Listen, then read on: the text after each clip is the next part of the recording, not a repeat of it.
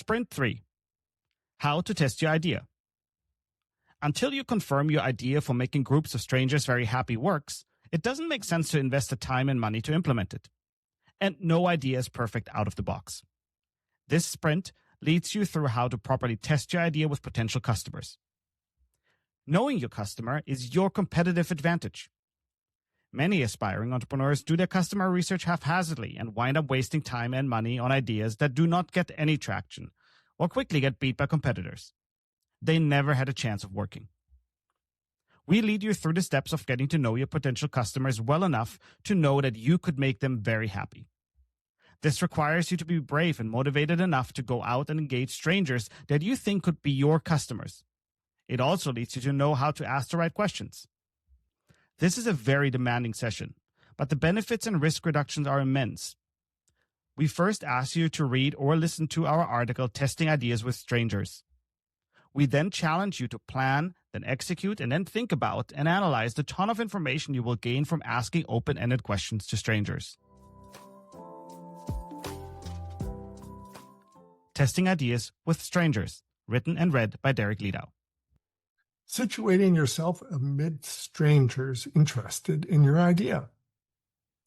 Where do people do what you want to help them do better? And where do they think about it?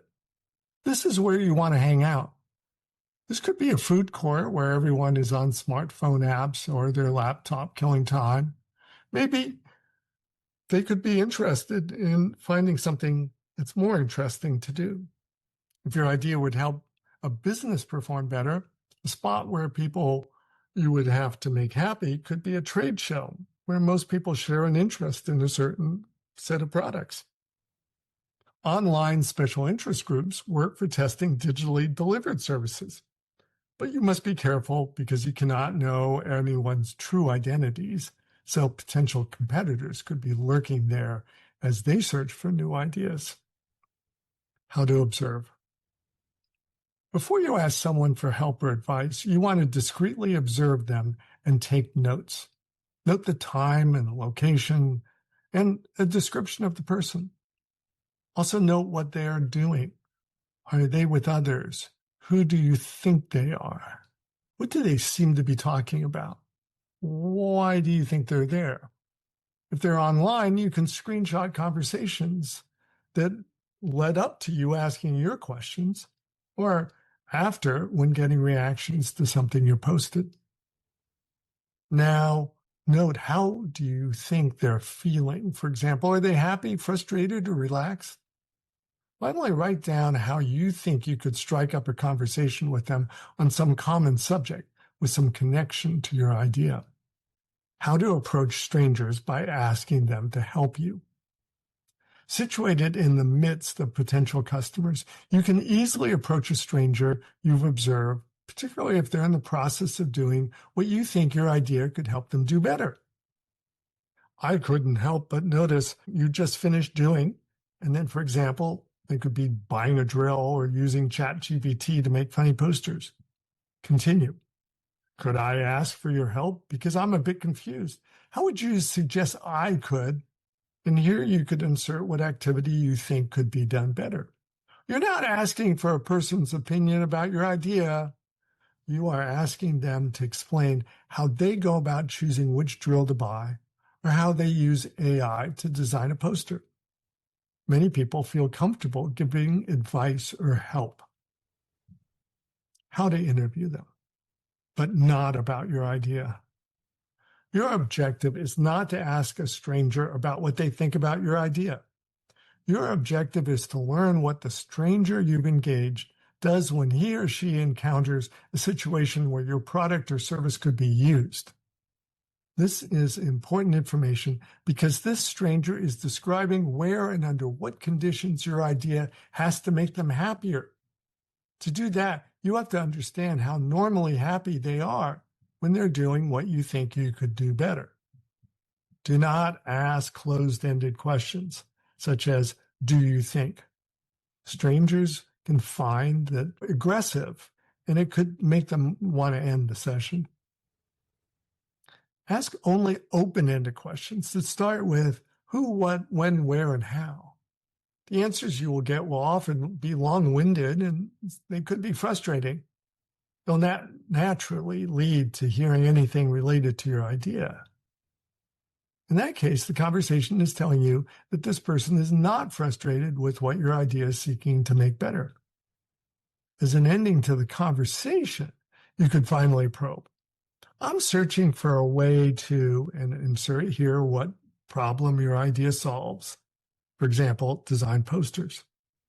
Then you can follow up with what ideas do you have on how to make this activity faster or better or more fun or more useful? If you have a great conversation, you might be able to ask the person how you could contact them to get more of their advice or help as you implement what they have described or suggested. This could be a useful contact later on as you refine your idea. As soon as you finish your interview, move on and find a quiet place to write down where and when the interview took place and another description of the person as you come to know them. You also want to note any quotes that you remember, even if they don't immediately relate to your idea. Quotes are golden because if you remember something from the interview, that means it was for some reason important to you. You may not realize why in the moment, but if you write down the quote, its importance will probably come to you later on. And then summarize what you think are the points the person made or did not make about your idea. And then go do another interview. How many interviews do you need? How many interviews you need depends upon the market you're going after and how diverse are the opinions you get relative to what will make potential customers happier. As an example of how to think this through, if you have an idea that appeals to golfers, there are many types of golfers: professionals, serious amateurs, recreational golfers, young ones that are learning, old ones, women golfers, Japanese golfers. You get the point. To do a thorough job and to get an approximate sense of what would make golfers happy, you would have to interview around 24 golfers from each of these subgroups. If you're testing out an idea for an online app that designs posters and could be used by thousands of people from far-off places, you'll need to engage at least 200 people from at least 20 different places or backgrounds. Anything less, and you'll only hear a few very narrow and regional perspectives on the potential value of your idea.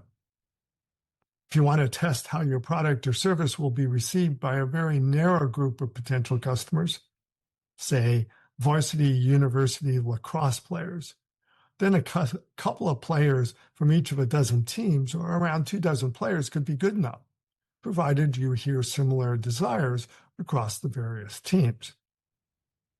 With B2B or B2Government businesses, there may be only a handful of potential customer institutions interested in what you think you can offer.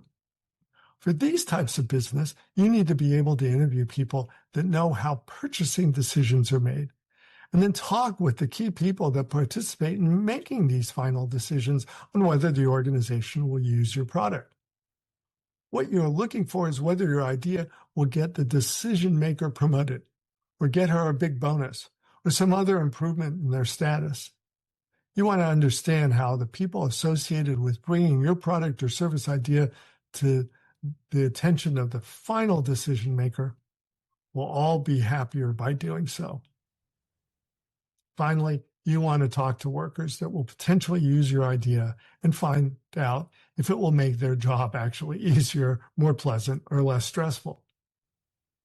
You will need to interview several different institutions because they'll not all use what you have to offer in the exact same ways. And the actual users of your service could be located in different places within different cultures.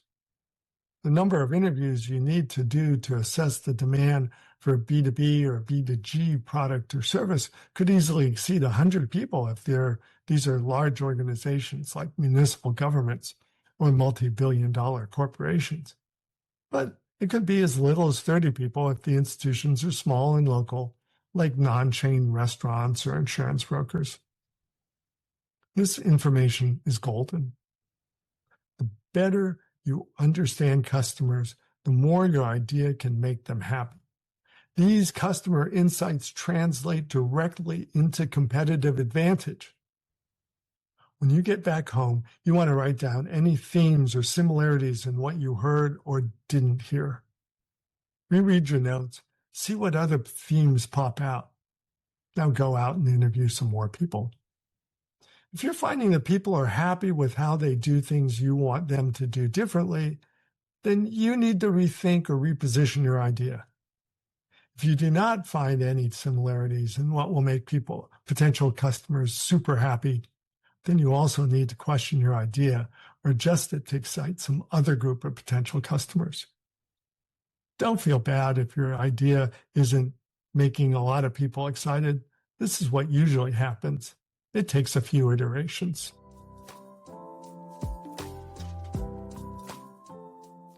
Sprint exercise. As we mentioned before, this is a very demanding sprint, but the benefits and risk reductions are immense. Now that you've read or listened to our article Testing Ideas with Strangers, we challenge you to plan, then execute, and then think about and analyze the ton of information you will gain from asking open-ended questions to strangers. To plan, write out your thoughts on the following. Where do you plan to strike up conversations with strangers? Why do you think this place is filled with people who you might be able to make happier? How do you plan to strike up a conversation?